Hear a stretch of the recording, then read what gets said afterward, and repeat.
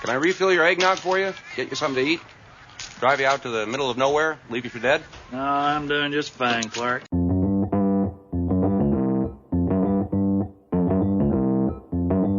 Live from Joe's mom's basement, it's the Stacking Benjamin Show.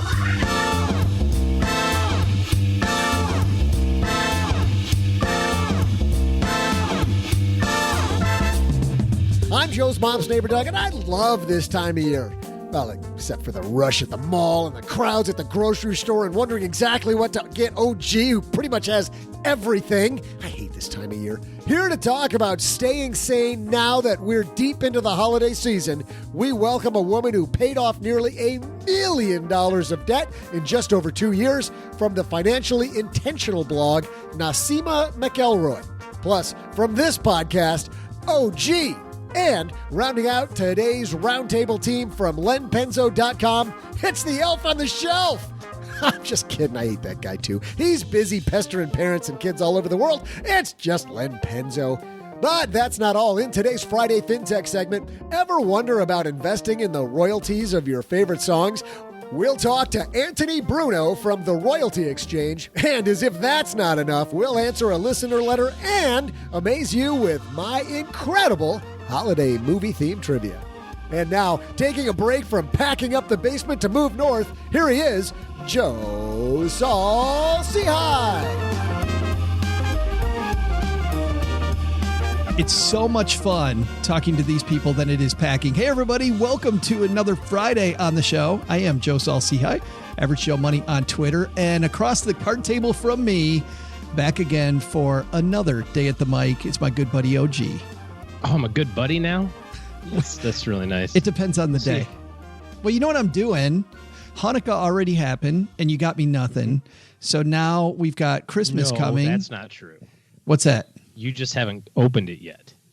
Is that the bill laying on the table for all the cost from the tour? Dang it, Bethany. He figured it out. And you didn't have to get me anything. Let's go over to my dad's shortwave here, where I believe we have in California, back for another week, Mr. Len Penzo. Happy holidays. Merry Christmas. How are you, Joe? Fantastic. Happy post-Hanukkah. I know you've got 8 days of crazy nights or 8 crazy nights of lights hangover, I'm sure. No, that's not me. But, I always have trouble keeping track of Hanukkah. I mean, it bounces all over the place. It does move sometimes around. It's after Christmas. Sometimes it's way before Christmas. It's one of those it's like, how do they keep it straight? You can't even plan for it. I know. What do you do with a holiday like that? I bet there's a lot of people are 3 days into Hanukkah before they realize, oh, wait, Hanukkah started 3 days ago. They've got cheated out of their first 2 gifts. That's right.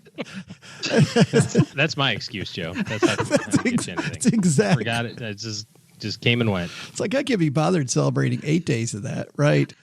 And here to save this podcast from itself, we're so happy, from the Financially Intentional blog, our new friend, Naseema McElroy. How are you? Good. How are you? It's about honored to be here. It's about time we got you here. It is so about time. Well, tell everybody about what you do, because I just joined your Facebook community and it's wild and crazy. I bet. So I'm a labor and delivery nurse by trade, but I had an incredible debt payoff story, I should say.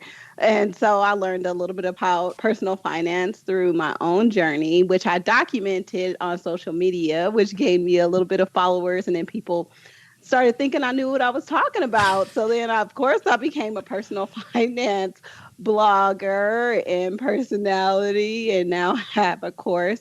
But that's what I do. I help people get their finances in order. People like me, young professionals that were just told that in order to get out the hood, you got to just go to school. And they don't tell you that when you go to school, you got to pay $1 million.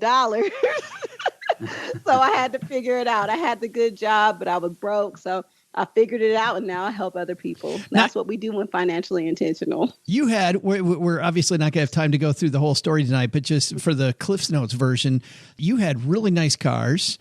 You own a Tesla. Do you still own a Tesla?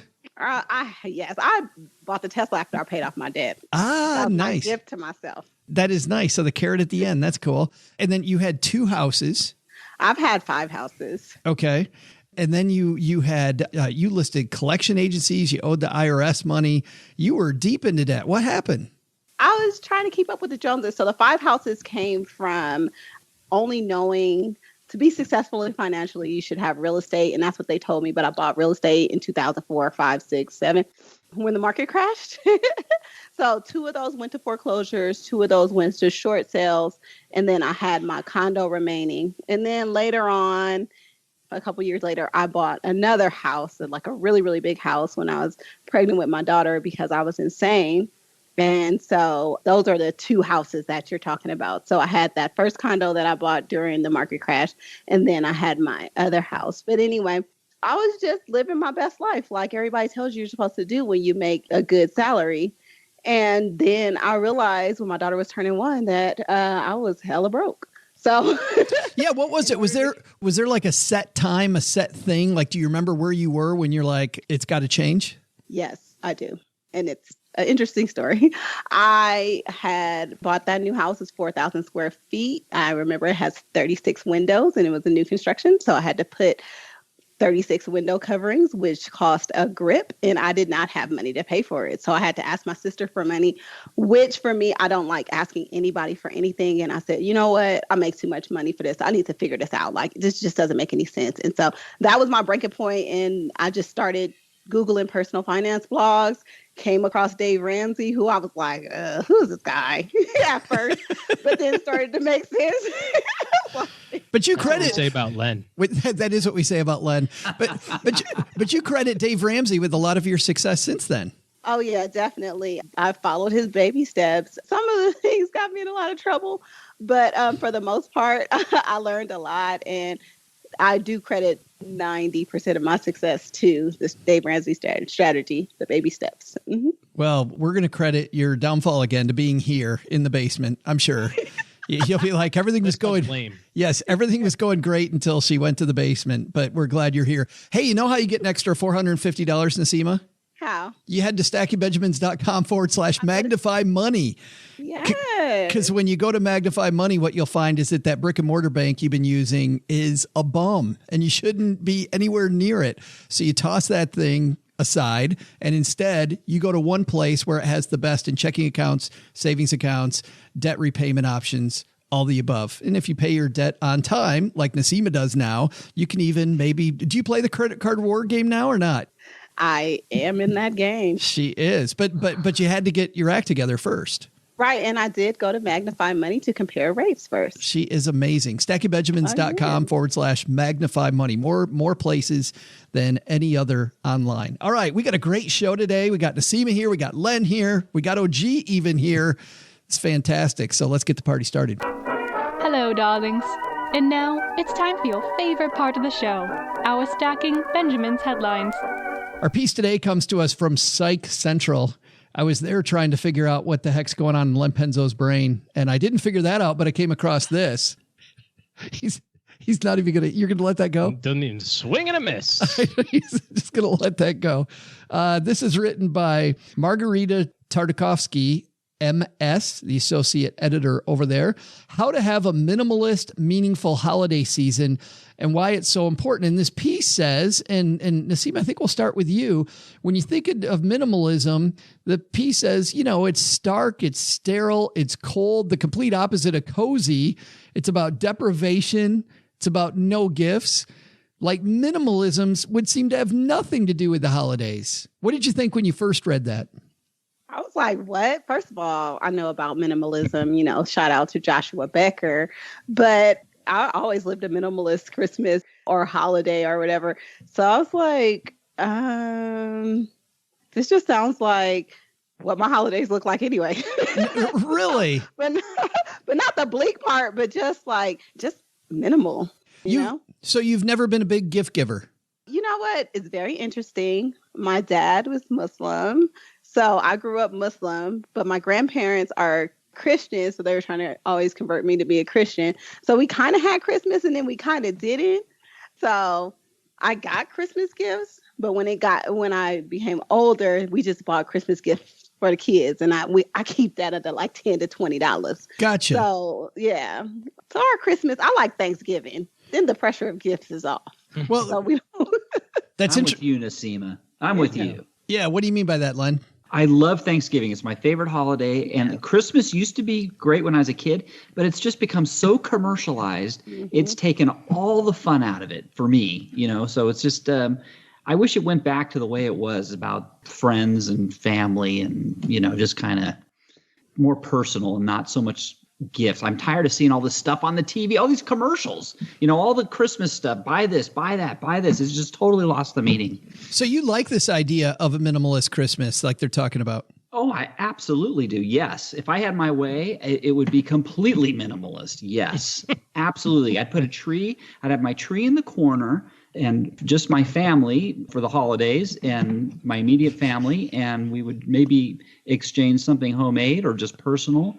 And that would be that. And there wouldn't be a lot of presents under the tree. When you first said your family, and I thought you were talking about you'd have your family over under the tree too. I've had some Christmases where they've been on top of the tree. Yes.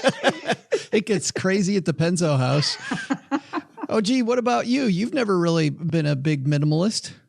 I was just thinking, you're a mean one, Mr. Grinch. Mr. Penzo. Yeah, Mr. Penzo. The good news is we don't have to worry about buying him anything. That is good. He wouldn't want it. I mean, we're just a step ahead.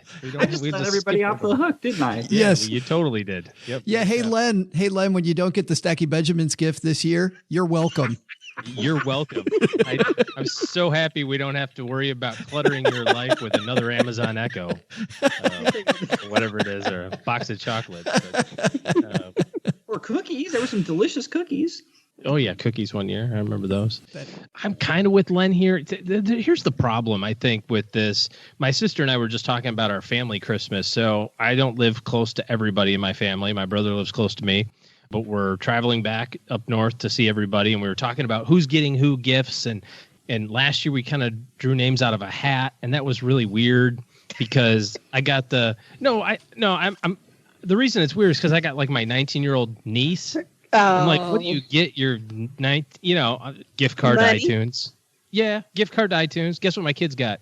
Gift cards to iTunes. And my brother, gift card to iTunes. Do you have a limit on your gift? Well, we did. Yeah, we total. I don't remember what it was. But so this is what we decided. Okay. Yeah.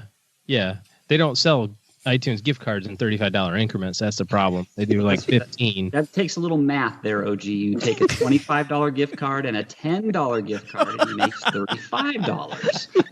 Whoa. You're going to make his head explode. We can't have that going on this show. What are you trying to do here, Penzo? For crying out loud. Well, anyway, so what we did this year was we just said, okay, family-wise, here's what we're going to do. We're going to try to keep it a little low-key.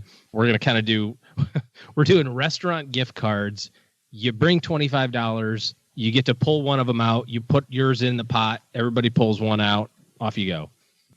So this is what it is. Easy peasy. But it's not about any of that sort of stuff. It's just being with the family. The other problem is all this stuff costs so dang much. My kid got an iPhone, and I'm like, oh, an iPhone. Okay, yeah, sure. They're like $1,000. No, you can't have one. That's $40, $25 gift cards. How about that? How many in $15 increments?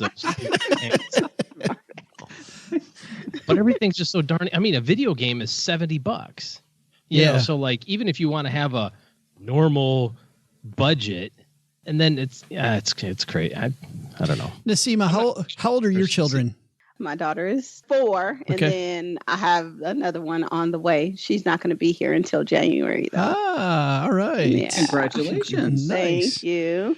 So for your 4-year-old, though, how do you plan out gifts and getting rid of the cramming and trying to make it the best holiday season ever? I don't know. We just go over to my grandfather's house and other people give her gifts, so she thinks that's great. And I told her she can get more toys when she cleans out her room. So every time we're in the toy section, she's already trained. She's like, I know, I got to get rid of this stuff in my room first. So she's already conditioned. So she don't expect nothing from me. She just like, can we go somewhere else? There's this interesting, let's go to somebody else's house and let them get me stuff. I see where that conversation's going. You've got a smart kid. But it talks about some strategies around the holidays, and one is to rethink toys and gifts for kids altogether. Len, your kids are older like mine are. How did it go with gifts for your children around the holiday season? You mean when they were younger? When they were kids? Yeah, when they were younger. Well, this is pretty sad, really. I would tell the kids, go. No. I would tell the kids, go online and tell me what you want. Send me the links, and then we'll look at it and we'll see what we can get you. It's not like in the old days. You remember something called the Sears catalog, Joe? Yes. That's what I used to do. And in Christmas time, there was something called what was the Christmas catalog? Toys R Us. No, it was called the Wish Book or something like that. When I was a kid, my parents would give me the Sears Wish Book catalog, and I would go in and I would circle all the things I wanted. I would too. You would too? Yeah, and I get absolutely none of it. You get some socks and some pajamas. Socks and pajamas. A new bathrobe. All right. Thanks, Mom. That's exactly. I really wanted the 10-piece Transformers set, but I totally get. It's not practical. It's not Cat practical. socks. I know. Yeah. Wasn't it when you were a kid didn't that suck when you'd open a present up and there would be socks or underwear or a sweater or something? Oh my God. Oh, that was the worst. That was the worst. Great slippers. That's meanwhile, fun. the parents are going, yes, that's less clothes I have to buy now. Exactly. Yeah, is your name Naseema or is it Santa Claus? Because I swear when you said socks and underwear and that stuff that you were Santa, because that's what Santa Claus always brought us. Of course, I know, because those are all the gifts that I used to get too, and I used to be like, "What the hell is this?" I know. Instead of the my uncle, I'm telling you, if I got some socks, I'll be so excited. Like you just don't understand. That's right. One year, my mom told me the story. Her brother Tom, he was an imp as a kid, and he was tough. One Christmas, he actually got coal in his stocking for Christmas. He really got coal. Really, that's what he got. That was his Christmas. There was a family. My mom's 10 kids, and my uncle Tom, her brother Tom, got coal. Wow, that's hardcore, man. That is hardcore. That's gangster. I got a cousin that needs some coal. I have a funny story about coal I might tell a little bit later. All right. I like some of these ideas about people presence and connection during the holidays as opposed to stuff, cram schedules, and excess. Naseema, did you like these? Yes, I did like those. And that's why I like Thanksgiving. Yeah. Because it's all that good stuff without all the gifts. Yes. But I like Christmas because I get double time. So I always put myself on Christmas Eve. So that's my gift. her gift to herself. Your gift to your 401k. Yes. Double contribution because babies are always born on holidays. That's right. And don't even get her started on a full moon and Christmas. But I want to go. I want to go over these. Some people talk about focusing on the memories around ornaments or holiday items. You guys do that in your family? My family takes a little bit of time and does that. Like as we take out ornaments or putting them on the tree. Like we talk about. Let me tell you about my grandfather's Christmas tree that he's had up for the last 2 years. Not like the same tree that comes up and down, but the same tree that is in the same place in the den. So he's never taken it down. Let me tell you. Smart man. I messed up and I was like, oh, Papa, they have these Christmas trees just like yours that, has all the ornaments, has all the lights and all that stuff on there. This man was like, so you telling me I could put this up and it's not going to die? And I was like, yes. And he was like, it should be there forever. And it is there in the corner of the room forever. So every time people come to the house, they're like, I thought it was June. The tree's still up. He's like, I'm not taking it down to put it back up. It looks pretty, don't it? It looks really nice. So that's all. Don't ask him about the tree. It's going to be there forever. That's what we don't. Yeah, we don't do the ornament thing. That's what I think. I'm always like, every year, I'm like, why are we putting this down? 9 months from now, 10 months from now, we're putting the thing back up. Let's just leave it up. We just should leave it up. And I get outvoted every year. One to one, I get outvoted. How does that work? Are you the guy that leaves your Christmas lights up on the house all year long too? I would love to do that. That'd be great. It'd be festive. There's a tree in our neighborhood outside where it's funny because it's a really tall tree and the people didn't have a very tall ladder. So the bottom of it has lights all the way up. And the second half. It's a euphemism for this podcast. A really tall tree with a really small ladder. Next is the lights only go halfway up. I like this idea about having honest conversations early, rethinking gifts. You know, OG, when I even hear about where your family is right now, it feels like your family is like halfway to just meaningless gifts. Like, okay, why don't we just stop this? I mean, seriously, if I'm pulling an Outback Steakhouse that I could give myself out of a hat from a nameless person, why don't I just go to Outback Steakhouse? Because I'm 1 vote in 4. That's why. There it is. That's why. Because no, I'm with you. All my kids have everything they could possibly imagine already. They don't need one other thing.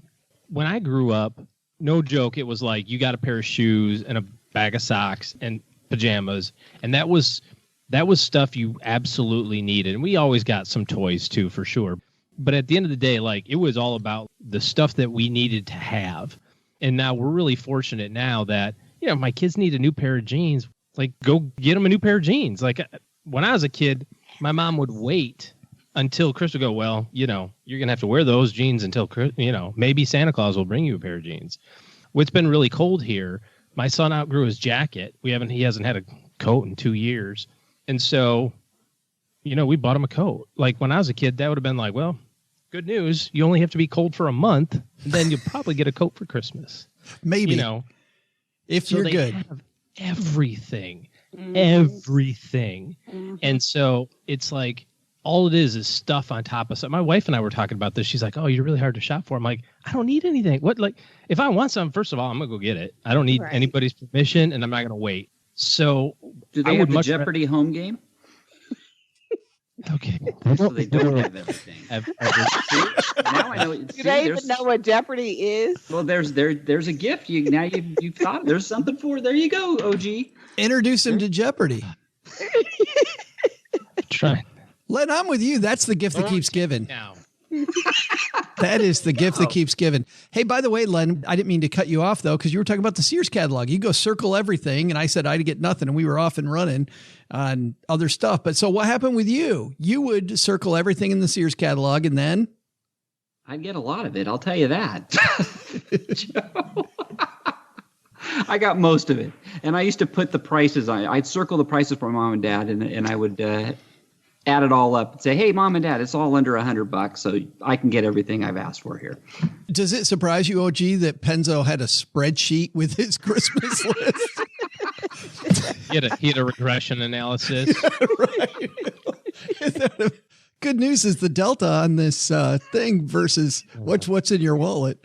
Yeah, but a whole different thing. I like this idea at the end about being intentional with your time and energy. I thought that was nice. And Naseema, to your point, I think, that's Thanksgiving right there. But biggest takeaway, OG, from this piece is that kids aren't getting crap this year. There's that. Is it gift cards come in other denominations besides $25?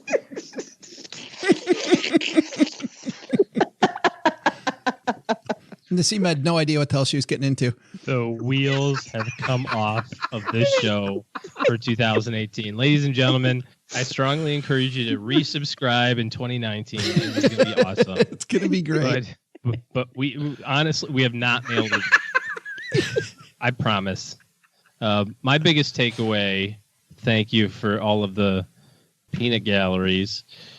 Just like everything else, you need to be intentional about what you're doing, whether it's Christmas or Thanksgiving or money. All of it has to be thought out in advance. Len, you?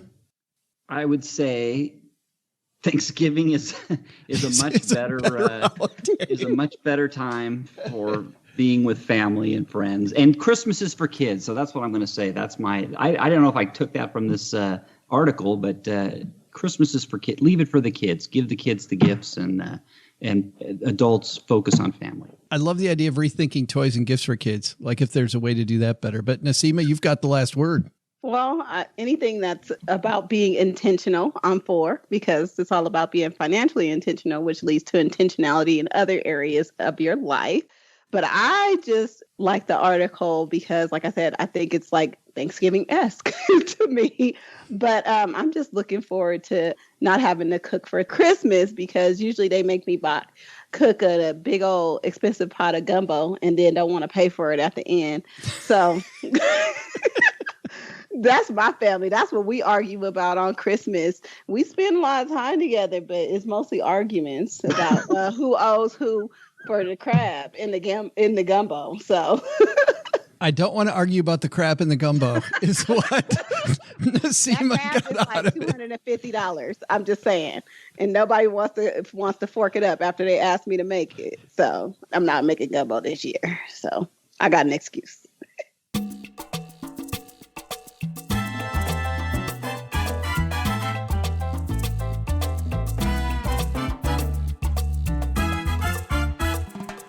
Naseema, what's your favorite band? Erykah Badu. Len, how about you? Lately, it's been, I hate to say this, I'm an oldie. Hall & Oates. I just love those guys. You know what's funny? Richie, our producer, no idea who Hall & Oates is. Zero idea. But I've seen him 3 times. Hall & Oates are? I've seen him 3 times in the last 2 years. Who Hall & Oates be? OG, you got to get that right. We're so happy upstairs talking to Mom right now. Anthony Bruno, he is with Royalty Exchange, where no matter who your favorite artist is, you can invest in actually the songs that you like. How about that? Let's talk about it with, maybe that's a holiday gift idea, huh? Right there. Anthony Bruno coming down to the basement.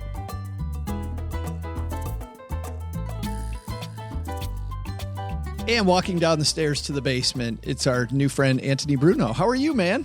I'm doing well. How about yourself? Well, I'm great. As a fan of music, this idea of music royalties, I find just fascinating. But tell me first, this whole idea of royalty exchange, where did it come from? Were you a music fan? Did you see an opportunity in the music industry? Tell me about how you got it started. We didn't found the company originally, and I'm director of communications. I am not the founder myself. The company was originally started in 2011 by another group of people, and some of the folks that currently own and operate the company now, they're investors. They're people who are interested in alternative investments and like the idea of investing in intellectual property, and were searching for a way to do so. And they found the original royalty exchange. And, the way that business operated originally was a little bit different than now. There were fewer number of auctions, slightly different way things were offered. So they found the site as basically investors who wanted to buy royalties, liked the idea and the model so much that they essentially acquired the company in 2015. They said, this is a great opportunity. More people should have access to this, and thought that, maybe we could present it slightly differently in a way that would scale a little bit more. Company had only offered, it was like auction every now and then type of thing. And now like over 400 auctions since we relaunched the site basically in 2016. So that's basically the story. It's simply investors that were looking to invest in music royalties, finding the site that did so, buying it, and then relaunching it in a way that allowed more investors to invest in more royalties. I think it's neat that people can now buy a part of the music that they listen to. But let's go back, just this idea of selling your music. I remember reading Michael Jackson owning a lot of the Beatles catalog, I think. David Bowie did something that was a little different, but sold off the rights to his music. I know a lot of people listening to this read about Dire Straits recently, selling a lot of their IP. Tell me how that process works. What does an artist do? They've made these songs and they're giving away future profits from them. What are they actually selling? Sure. So I'm going to keep this very, very short. This could take up an hour conversation very quickly. Okay. But basically the way royalties work in the music business is that for any song that you hear, there are essentially two types of copyrights. Okay. One for the song as it is written, and one for the song as it is performed or recorded rather. Okay. And so I write a song called Knocking on Heaven's Door, and you record it. You earn money from your recording. If someone else has recorded it, someone else earns money from their recording. But I, as the writer, earn a different type of royalty for having written the song that both of you recorded. Do both of those artists pay me to record that song? Not necessarily. They earn money from the sound recording copyright. I earn money from the song that it was written. So I am legally obligated through constitutional act to collect royalties based on any use of that song for the composition royalties, whereas they earn money for the use of that song through the sound recording royalties. And there's a number of different types of uses that spark different types of royalties. The point is there's multiple different ways that either the sound recording copyright or the composition copyright can earn royalties. And the second point I want to make is that there are a number of people that are involved in the creation of music that's not just the artist that you know. You mentioned Dire Straits, right? There's more people involved in earning royalties from Dire Straits music than just the people in Dire Straits. And so we work with folks who have a royalty interest in music, most of whom are not the actual artists that you know themselves. And they come to us to raise money by using a portion of that royalty interest that they hold. And that could be either from the sound recording or from the composition. That's the shortest and easiest way I can explain it. Gotcha. So as an example, and I'm just trying to wrap my head around this, Anthony, I know that Prince recorded music or wrote music that a lot of other people performed. Absolutely. So Prince may have, or Prince's estate now, may have some interest in actually that music after it was written? Yes, absolutely. Like the famous Sinead O'Connor song, Nothing Compares to You. Prince wrote that. Okay, so Sinead O'Connor earns royalties on the sound recording of that, but the Prince estate earns the composition copyright from that. Okay. And again, other people are involved usually as well that earn different things. So they come to us. What you're basically selling with us is a right to a royalty stream, right? An income stream. And you could sell a portion of that as a seller. You could sell, I want to sell 25% of the public performance royalties earned on this song to an investor. I keep the other 75% incoming myself. The investor pays up front and then gets rights to the 25% of that royalty stream for the agreed upon period of time. Gotcha. Which could be forever or just 10 years. Okay. So there might be an end date on that royalty. Absolutely. There's some are a 10-year option where not all people who earn royalties want to sell their royalty stream forever. So there's an option for them to sell and then regain that royalty income after 10 years. The benefit to the investor being those catalogs are usually from folks that, I don't want to say necessarily more premium catalogs, but they're certainly the people that have those catalogs don't have to necessarily sell it forever. They have other options. Gotcha. So by allowing them the right to get it back after 10 years, as an investor, you're gaining access to a greater variety and in some cases higher quality royalty stream. Gotcha. Okay. And I can understand why an artist might do that, just sell it over the short term and then get it back. Yeah, exactly. Okay. So let's take it from our average listener's point of view then, Anthony. Sure. How do they get involved and maybe own a piece of their favorite song? Yeah, no problem. So you simply come to our site, royaltyexchange.com. You sign up for an account. You'll pretty much immediately start getting alerts when there are new listings available on the site for you to bid on. So the way it works is it's an auction. Okay, it's an online auction. You see a listing. There's a lot of financial information contained in that listing that you can use and sort of determine whether this is the right investment for you. We have a number of guides, articles, blog articles. We have a downloadable ebook all around how do I value and evaluate these assets before I start putting my money towards them. So once you feel comfortable with that, you can place a bid on an auction that's available. And it simply runs like a typical online auction. People bid back and forth, price adjusts based on the bidding activity. And should you win the auction, we handle all the paperwork, all the transfer of ownership, and we actually, after the fact, administer the payments that you are due from that royalty stream to ensure that you're getting everything that you are meant to. So it's a pretty simple process. It's free to become a member. You do not need to be an accredited investor to bid or win an auction on our platform. And yeah, that's basically the easiest way from an auction perspective. I'll quickly note the difference between, like you mentioned, the Dire Straits. That's a different kind of investment, which is called a private syndicate, basically a private placement. Those are limited to not only to accredited investors, but the first opportunity to invest in them when they become available is limited to a premium membership tier that we have called All Access Investor. And that's just a smaller group of folks that are looking for higher tier opportunities. And those are not auctions. They are, like I said, private placements. You are buying units in a sort of a special purpose vehicle, LLC, that owns a royalty stream.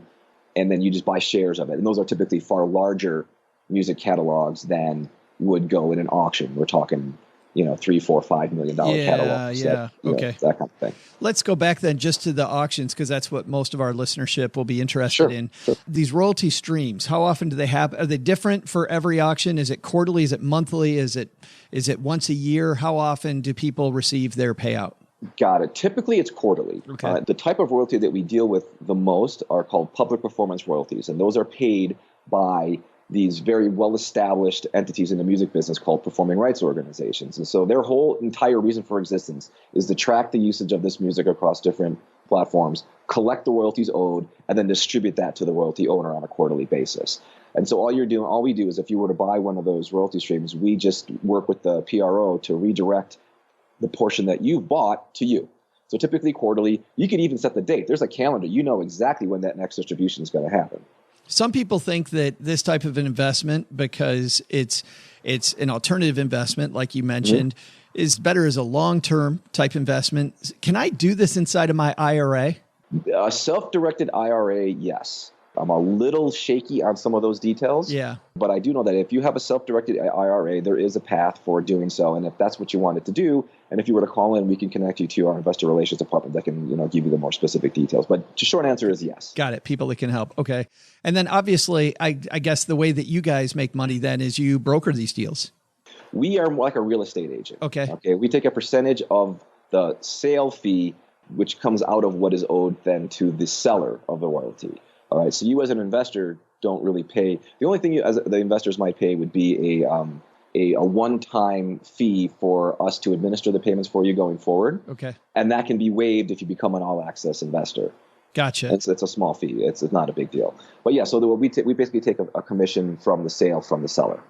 Well, that's great. Tell me some of the names, by the way, that people will find in the catalog. This is the fun part, I think. Yeah, exactly. So I gotta preface it by saying that I could give you some names, some songs, and some artists that you'd recognize. We've sold royalty interest in those songs by those artists, but we did not work with those artists. I want to make very clear. We worked with someone who you probably don't know. Gotcha, sure. Songwriter that's not famous. But I mean, we've sold Dr. Dre songs.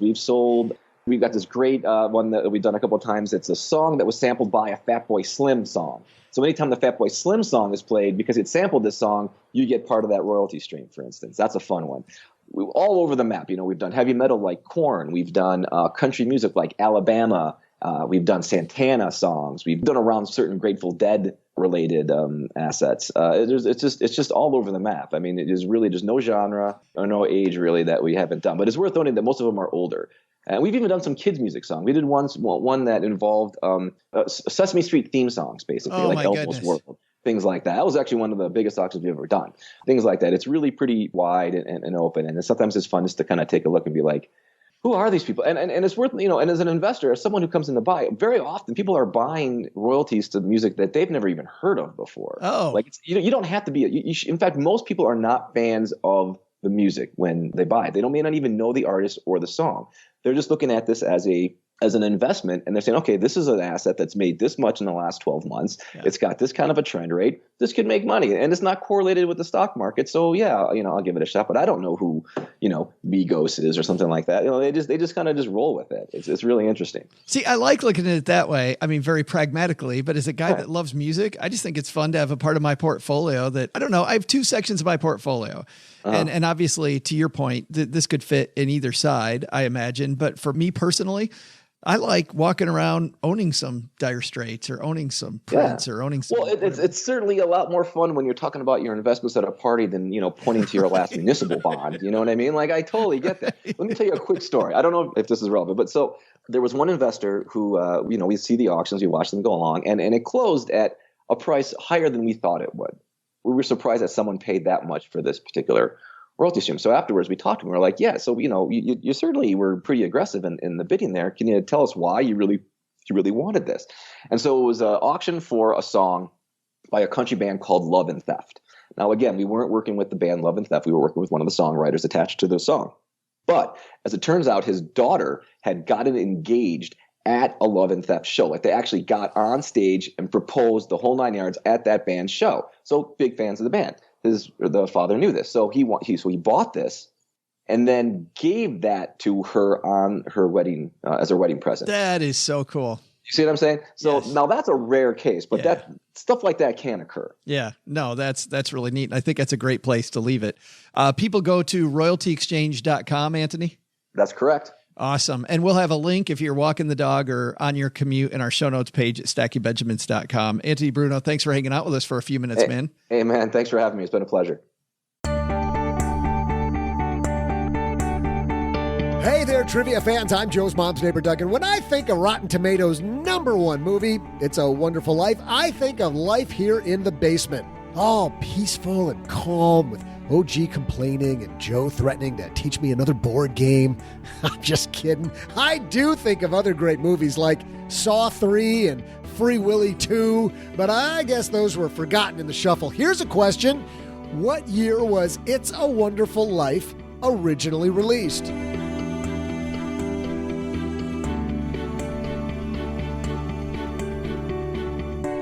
All right, Naseema, we explained the game to you backstage, this complicated game that Len's been playing all year and still doesn't understand.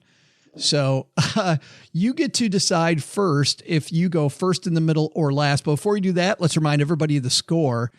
Everybody got nothing last week. It was everybody went over last week. So no change in the leadership. And Len, you are ahead by 1, my friend. What's that, Joe? I said you're ahead by 1. Huh? I still protest last week's score. It sounds so sweet when I hear those words, Joe. Last week, so sweet. Last week, I think Doug did have a trick question, but hopefully this isn't a trick question. What year was It's a Wonderful Life #1 on Rotten Tomatoes, originally released? First of all, Naseema, have you seen It's a Wonderful Life? Yes. Did you like it? No. Great. Not at all. No. Why not? Let's just say I don't think it was representative of people that I like to see in movies a lot. It's a Wonderful Life. It is. It's cute. It's cute, but it's hecka old. And black and white, old white guys in the 40s. Yeah. Mm-hmm. Yes, yeah. It was. Interesting. But still, it was Jimmy Stewart, Naseema. It was Jimmy Stewart. She's like, big deal. I don't really care. All right.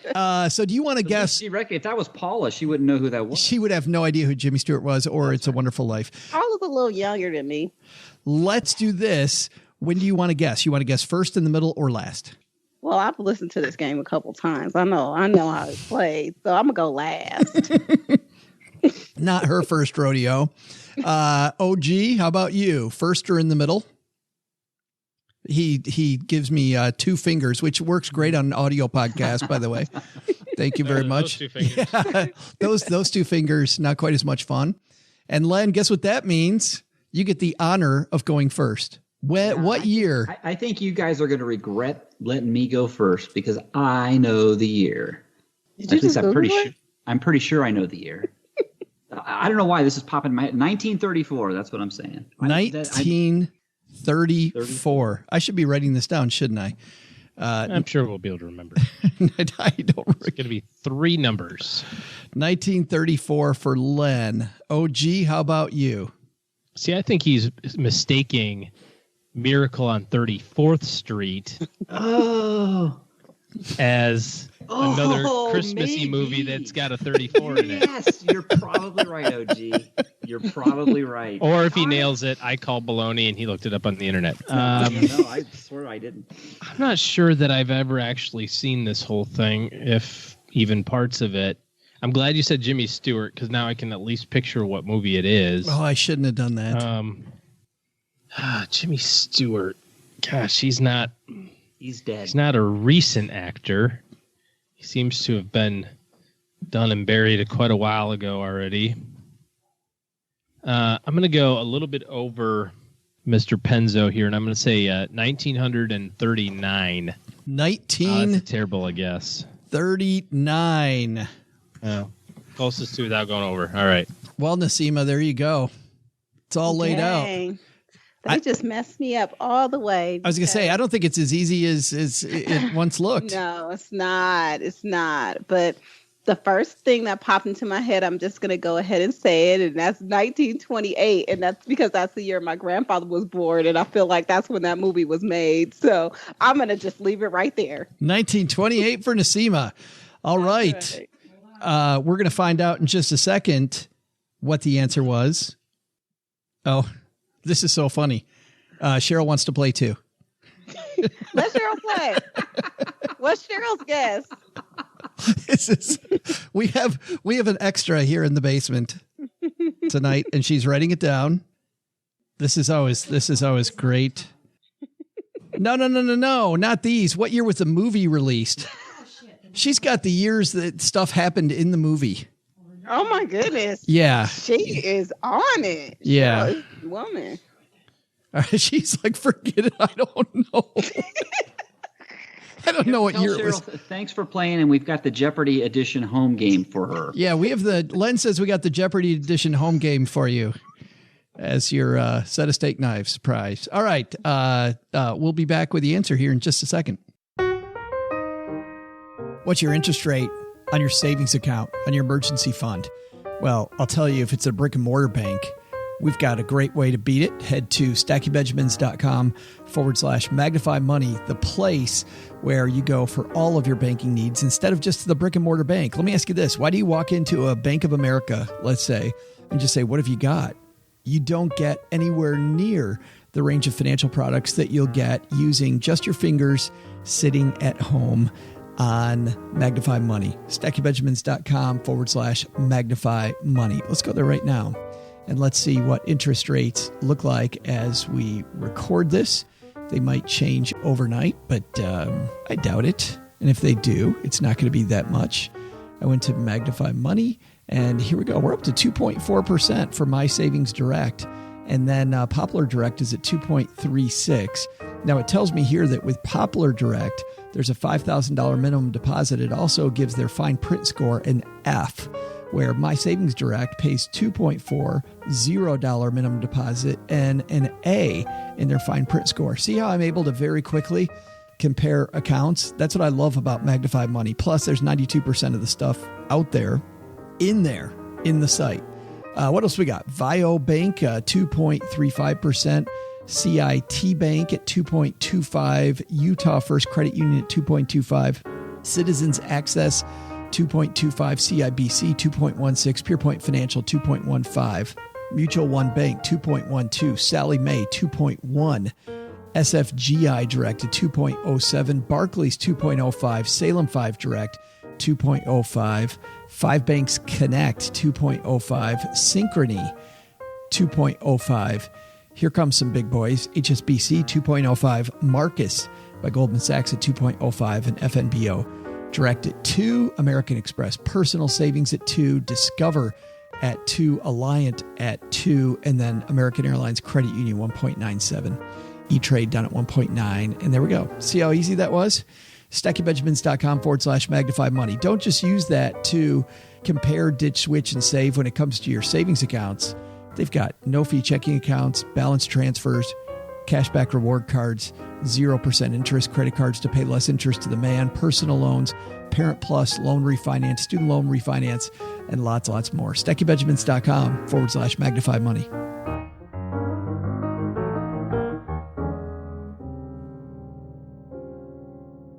All right, so our answers here before we let Doug tell us what they are. Len, you've got 1934. Was it a mistake? Were you thinking Miracle on 34th Street? Yeah, maybe. Oh, gee, 1939. Feeling pretty comfortable with that? I feel like the real answer is in the 40s somewhere, so I guess we'll see. Not if Naseema's right. She says 1928, the year her grandpa was born. What are you thinking, Naseema? I'm just going to stick with it because this is not my strong suit. You've got 6 years there. That's pretty good. All right, Doug, take it from here. Who's going to win this thing?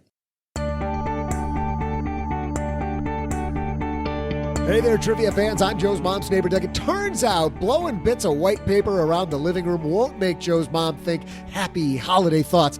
Lesson learned. Quite the opposite, actually. But a great holiday movie always hits the spot, and that's the topic on today's trivia segment. It's a Wonderful Life is rated #1 on Rotten Tomatoes' list of the top holiday movies of all time. What year was it first released?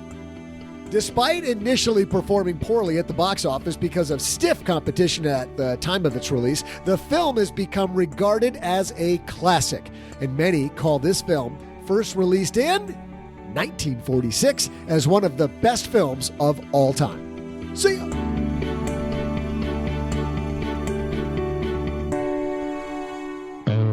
Tied up, yo. Oh, my God. 1 week to play. OG pulls close. Tying. I knew it was in the 40s. Well, my answer Oh, you was did, going to did you? just be to add 1 year to yours, but That's where I thought you were going to go, Naseema. That's what I thought you should have but done. it seemed so far away. I was like, I don't know. I should have just went with it. That's all right.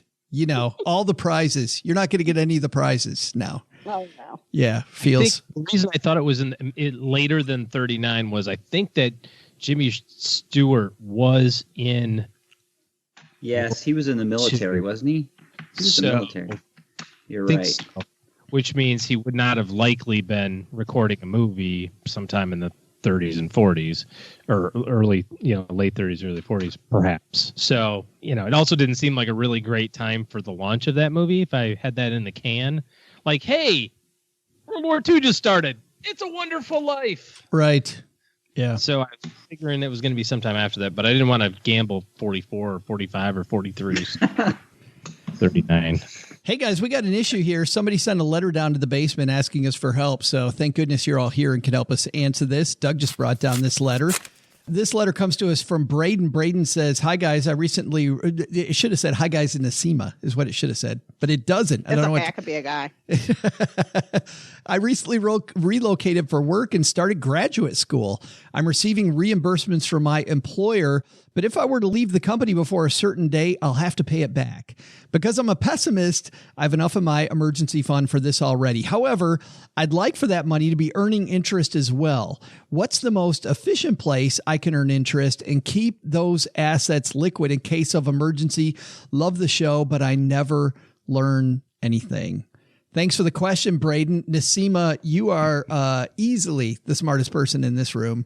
So I think, I don't think so. I think we'll start with you. What do you think? Where does he go for interest?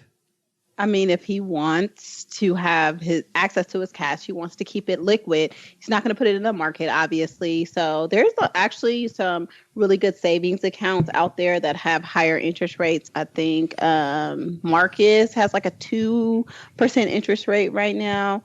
I mean, those always change, but MagnifyMoney is an excellent way to look and see. Look at you. What the interest rate. Got your gold star right here. Yes, to see what the highest yield interest rates or savings rates are out there. So I would tell him if he wants to keep his cash liquid, always put it in a high yield savings account. But you said something interesting there. You said, obviously don't put it in the market. There are people listening to this that don't realize that that's obvious. Why do you say obviously don't put it in the market? Well, obviously for him, because it seems like he wants to have that money readily accessible to him. Now, to me, the market is a little bit, it's liquid to me. I wouldn't mind putting my money into the market and put it in an index fund, like a S&P 500 fund or something like that, and be able to access it. Like, that doesn't bother me. But it seems like he's really risk adverse. I mean, he's already saving for something that he's getting paid for just in case. So that's where the obvious came in, because he wants to have access to that money if something were to happen. Yeah, because he might need it now. Keep it in a spot where he's not going to lose money. Yes. Good stuff. Mr. Penzo, anything to add there? What do you think? It depends on how much time he wants to find liquidity. Does he want an instant liquidity, or does he want, can he tolerate a few months? If you can tolerate, say, 6 months, you can put it in a CD and you can get significantly better interest than putting it in a savings account or a high yield savings account. There's also money market funds too. So it kind of just depends how much time you want to tie up your money. So 6 months ain't too bad. And what you can do is you can ladder. So if you want to ladder your CDs, for example, maybe say every 1 month or 2 months or 3 months, and do these ladders, you'll always have access to that money on a monthly or semi-monthly basis. So that's one way to get the higher rate with the longer hold time, maturity time. Nice. OG, what do you think? Anything to add? No, not really. I would definitely stay away from investing the money in the stock market, only because if something does go wrong, you can't risk the downturn happening, at the same time. If you've got unlimited time, well, then that's fine. You can take the ups and downs. But Murphy's Law would tell you that all of a sudden you're going to need the money right at the time the market's down 25%, and then you're going to be ticked off because you only get 75 cents on the dollar back. But any of these options, laddered CDs, savings account, shoebox, all of those are going to be adequate. And then, but the important thing is once you get past this risk time, you get through your graduate degree and you've decided that you're going to stay with your employer, or you get past the point of no return there, then get that money invested. Yeah, then go to what Naseema's talking about with the S&P 500 fund, get the money invested. Good stuff. Thanks for the question, Braden. If you've got a question for the show, head to stackingbenjamins.com.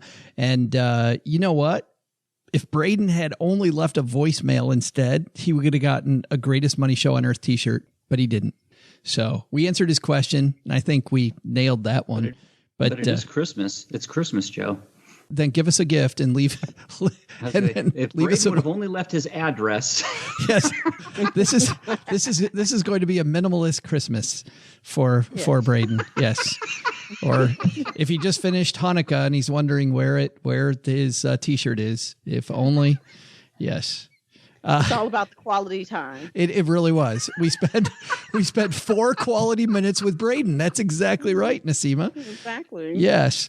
If you've got a question for the show, head to stackingbenjamins.com/voicemail. We'll get you exactly to our voicemail, and you can get a Greatest Money Show on Earth t-shirt. That's going to do it for today, team. Well, let's start with you, OG man. What's coming up this next week for you?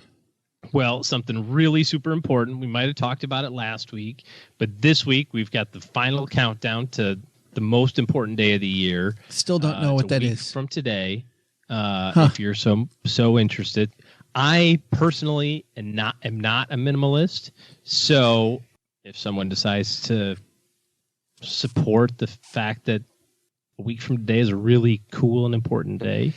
I love how the fact, by the way, I love how the fact that you just cake. I love the fact that you met Naseema tonight and you made sure she knows it's your birthday in a week. Like the very first thing you said, "Hi, I'm OG." Bring it out like that. I mean, I was just trying to like just slide it in there. No, I'm just telling everybody. To be my birthday. I'm just telling everybody what happened before we even press record. You said, "Hi, Naseema. My name's OG. It's my birthday in a week, and here's my address." Here's my address. It's like, that's I horrible. Accept PayPal and Venmo. What about quality time? We checked that box today. But now we can check the box of gift giving. OG's like, we're halfway there. Len, what's happening at lenpenzo.com?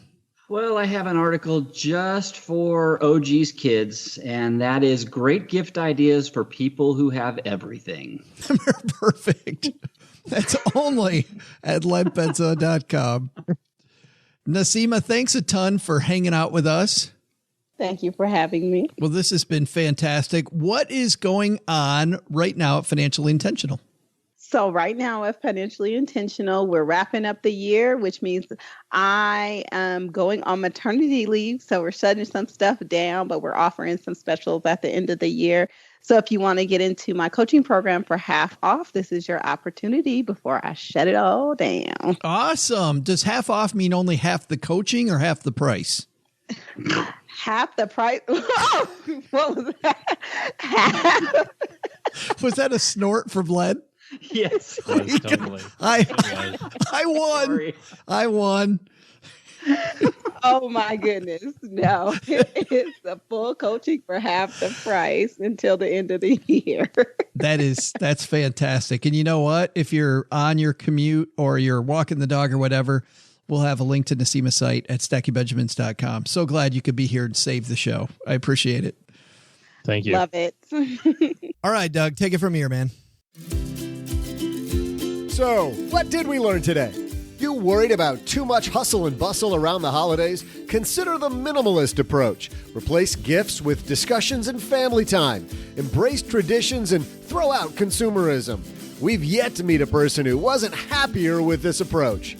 Second, need money for a short-term emergency? Keep that money out of the financial markets. Any place you could lose money, you should avoid. Just like you should avoid savings accounts and CDs for your long-term goals. It's difficult to beat inflation in these investment types over long periods. But the big lesson? Don't ask the gang if they want to head out to Sizzler until after they're done recording. OG has got the worst stink eye right now. You do not want to be on the receiving end of that look. Trust me. Special thanks to Naseema Simpson from Financially Intentional. Learn more about Financially Intentional at financiallyintentional.com. Len Penzo appears courtesy of the cryptically named lenpenzo.com. Thanks also to Anthony Bruno from Royalty Exchange. Be sure to head on over to royaltyexchange.com to learn more. This show was created by Joe Saul-Sehy, produced by Richie Rutter-Reese, and engineered by the amazing Steve Stewart. Online, visit us on Twitter at @SBenjaminsCast or on our Facebook page.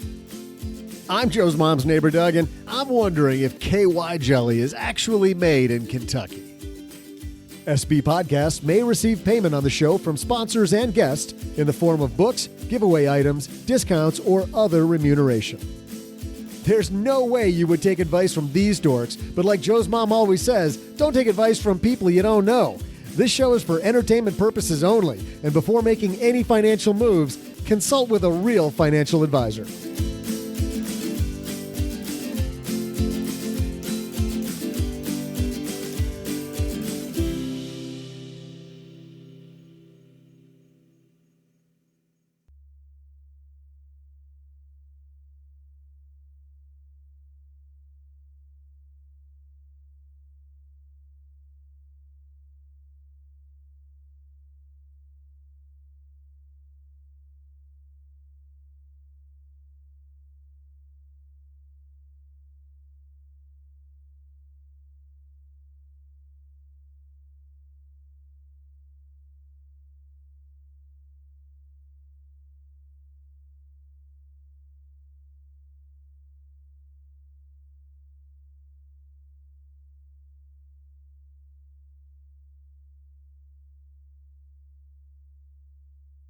Welcome to the after show, Naseema. This is the part of the show that doesn't exist.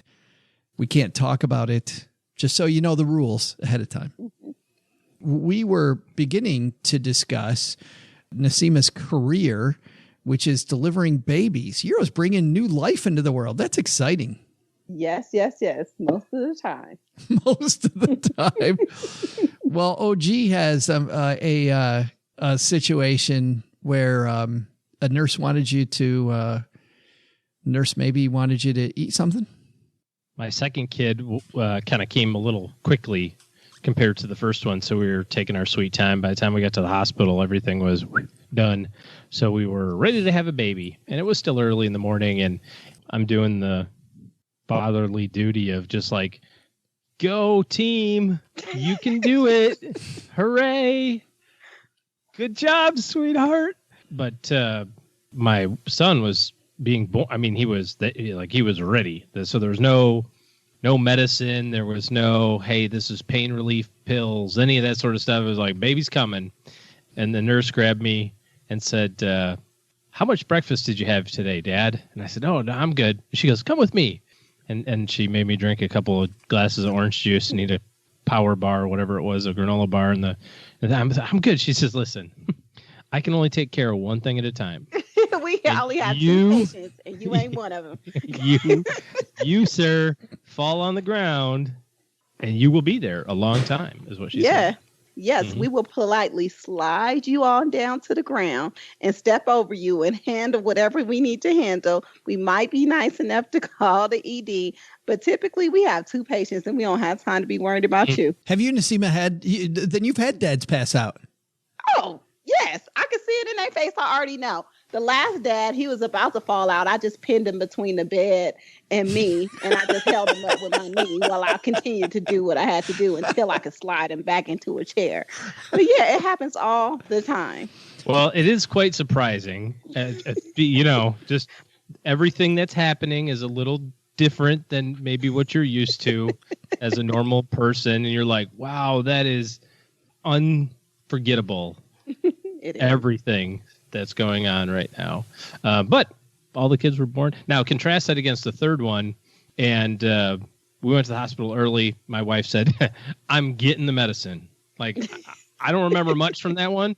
I just remember I'm getting the medicine. And she walked in. They're like, oh, let's take a look. She goes, third one, give me the medicine. And they're like, well, we got to check. The third ones, no. Medicine. The third ones are a wild card, though. Sometimes they take forever, even if you've had that second one really fast. So baby was born great, but she, they want to do all these tests and everything. She goes, stop talking. Call the person who puts the thing in my back to make me go numb. Like, that's what's happening next. They're like, Mrs. OG, we need to take. She goes, I'm not talking to you. Get the guy who gives me the drugs. Get him first, and we can do that stuff while we do all that at the same time while we're talking. And it was so funny because she's like, oh, that's way better. Yeah, I'm going to take a nap now. Yep. They'd wake her up like, okay, it's time for the baby. She's like, no, I need to sleep some more. I haven't had sleep in like the last 10 years. I'm good. She's like, I'm good. You guys do what you need to do.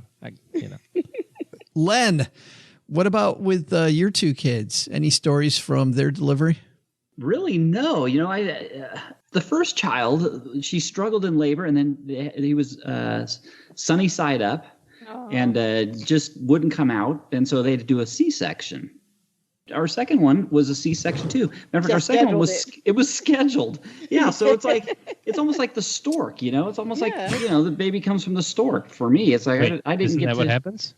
It's like my FedEx delivery today. You go down to Walgreens and pick it up. Yeah, it's like so I'm sorry to say I really don't have any of those stories to share with you. Well, I don't know. That's pretty good because mine's not that great. So Cheryl was having the twins, and I walked out of the room. Apparently, I didn't realize you couldn't take those scrubs out of the room because so I went down and got a tuna fish. Like eating a bag of potato chips, crumbs all over. That's very sterile. I went down to the cafeteria and I got a tuna fish sandwich. I was standing over her. Because cafeteria tuna fish sandwiches at hospitals circa 1995 is the best chow to have. Dude, you have a problem with this stuff. This is like just parlays nicely into the coleslaw story, but go ahead. I was standing over Cheryl, giving her encouragement, eating a tuna fish sandwich. And the equivalent of Naseema comes up to me and goes, "What the hell are you doing?" I'm like, "What are you?" She's like, "You're breathing tuna fish into a pregnant woman's face." Like, what? Right. Like, what are you doing? That sounds like me. Like, and where did you get that? Put the sandwich down. Okay, sir. They made me throw it away. Yes. That's right. I'm glad you had a good nurse. I had to just wrong. Back away. I'm like, I wasn't even thinking about it. Hey, push, honey. Hungry push. Now. Or not push. After you've had tuna fish, it's push. I should kill you. Why are you still alive? You would have been massacred in my room. Does it make it any easier? You're about to have a baby, Naseema. Does it make it any easier, like knowing the procedure, knowing what's going to happen? Yeah, it's just like going to work. Like Naseema shoots herself up right before with all the good drugs. That's right before it all happens. Part that I don't do, but I make sure I'm just like OG's wife. I'm like, I walk in the door. So I said, I'm not about to walk in the hallways. I'm not about to do all that extra stuff. No, I don't want a room with no bathtub. This is what we're gonna do right here. You're gonna get me an epidural. I'm gonna go to sleep, and when I wake up, we can have a baby. Okay, and that's how it went. And then we woke up. I woke up. Pushed her out, pulled her up. I did my own resuscitation. I did everything. It was fine. Did you get to bill those hours too? I wish. Did you get to spank the baby too? Did you spank the baby when it comes? Is that your job there? We gently stimulate, dry, and stimulate. No more spanking. I don't know that they ever spanked. Was born so fast that when I called my mother-in-law, and she goes, "Hey, how's everybody doing?" I said, "Baby boy," and she goes, "Whatever. Let me talk to your wife." And I'm like, "No, seriously, baby's here." And she didn't believe me, so I pinched him. So he started crying. CPS. Let's call Child Protective Services. Yeah, there it is. And that's why G's not a father anymore. Our job is to make the babies cry for the first couple of hours to clear their lungs out. And the parents think we are so mean. I'm just like, hold on, let me just see the baby real quick. I just need to make them cry. A little dry, a little rub. But seriously, they're just like, no, the baby's crying. I'm like, the baby is supposed to cry. Let the baby cry. Yeah. That's why Naseema knows all the good put downs. She knows all the good. She's like, she knows how to make people cry. Yeah. If that nurse would have let you keep your tuna sandwich, Joe, you could have made the baby cry for the next 2 hours too. I'm sure. Yeah.